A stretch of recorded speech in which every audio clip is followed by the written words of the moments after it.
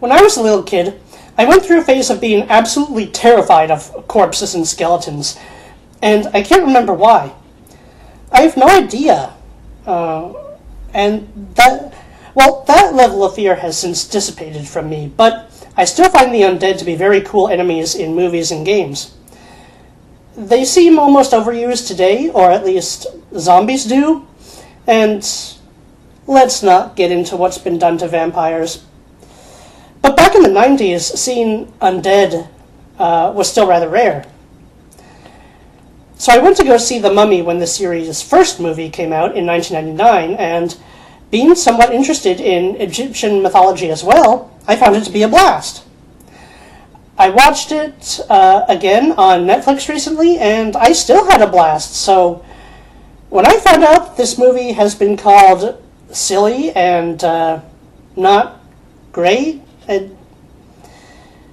I really had to disagree. Apparently, this is a remake of a 1932 film, which I've not seen, but I did read a little bit about it, and the plots are very similar. I won't go into said plot much, but it follows a set of very well-casted characters who try and stop an undead priest named Imhotep. It's creepy, certainly more so by 90s standards than nowadays, but the fun holds up just as well as it did then, and even though there's disagreement on this, I say the effects do almost as well. Now, Imhotep was the name of a real person who lived during the 3rd dynasty in ancient Egypt as, among other things, a court architect, high priest, physician, and engineer for the pharaoh Djoser. He oversaw the construction of Djoser's step pyramid, a precursor to the giant pyramids built later on. The real Imhotep was a technological and scholarly pioneer in the ancient world, and there is even a crater on Mercury named after him. In this movie, however, Imhotep is the villain, and I must say a damn scary one. I also thought when I saw this movie that the city of Hamunaptra was a real ancient city. Turns out it was completely invented for the movie, which was a little disappointing. I love how fantasy that takes place in the real world makes references to real ancient cities and stories, but how cool would it be if magical artifacts and curses and undead actually existed in the real world? On second thought, maybe they are better left off in fantasy. Roger Ebert, when he reviewed The Mummy, said it wasn't all that good, but admittedly fun and reminiscent of movies like Congo and Anaconda.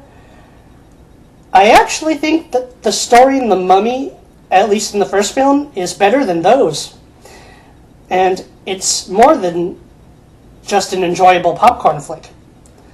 Kind of like I said for The Core, I think the story is decently written and the characters are all likable and play off each other very well. I will say that I wish Evie's brother was less of a wimp, because he is supposedly an archaeologist and adventurer himself, albeit not too successful, but it's a tough field, so I wish he had been a little more interesting and gung-ho than he's shown to be. I also can't help but giggle at the name Evie.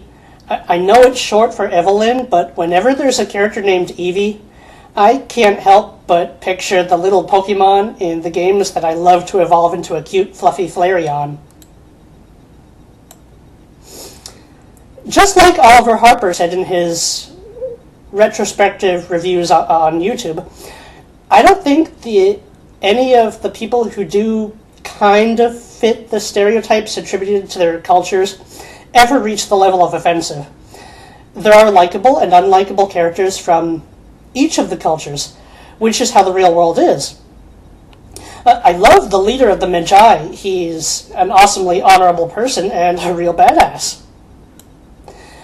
Now, one piece of the horror in the movie, among many, is people being eaten alive from the inside by the scarab beetles. Scarabs were a revered animal in ancient Egypt, again, among many others, but they do not eat living people. Scarabs are dung beetles. They are known for rolling little balls of dung across the land, which was seen in ancient Egypt as symbolic of the arc that the sun travels in the sky throughout the day. Now, there are beetles that strip flesh from corpses, called dermestid beetles, but they don't swarm living animals and eat them alive. They eat animals that are already dead and decaying, and they're actually used by museums to clean skeletons, and occasionally even for forensic investigations. The story in The Mummy is good. The characters are great. The hero and heroine have real chemistry. The artifacts are cool. The villain is fun and scary. And despite the sequels not measuring up so well, not that that's anything unusual among movies, I love this movie.